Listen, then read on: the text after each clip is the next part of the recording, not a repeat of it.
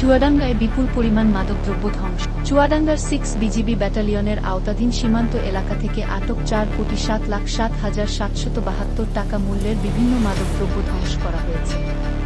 গত এক বছরে ভারত থেকে পাচার করা এসব মাদকদ্রব্য বিভিন্ন সীমান্ত এলাকা থেকে আটক করে বিজিবি।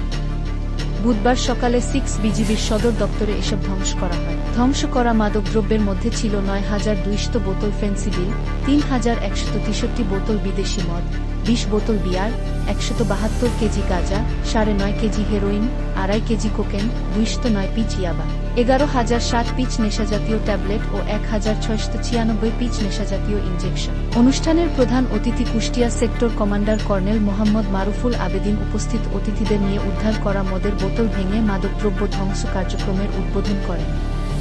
পরে বুলডোজারের চাকায় পিষ্ট করা হয় উদ্ধার করা মদ ও ফেন্সিডিলের বোতল।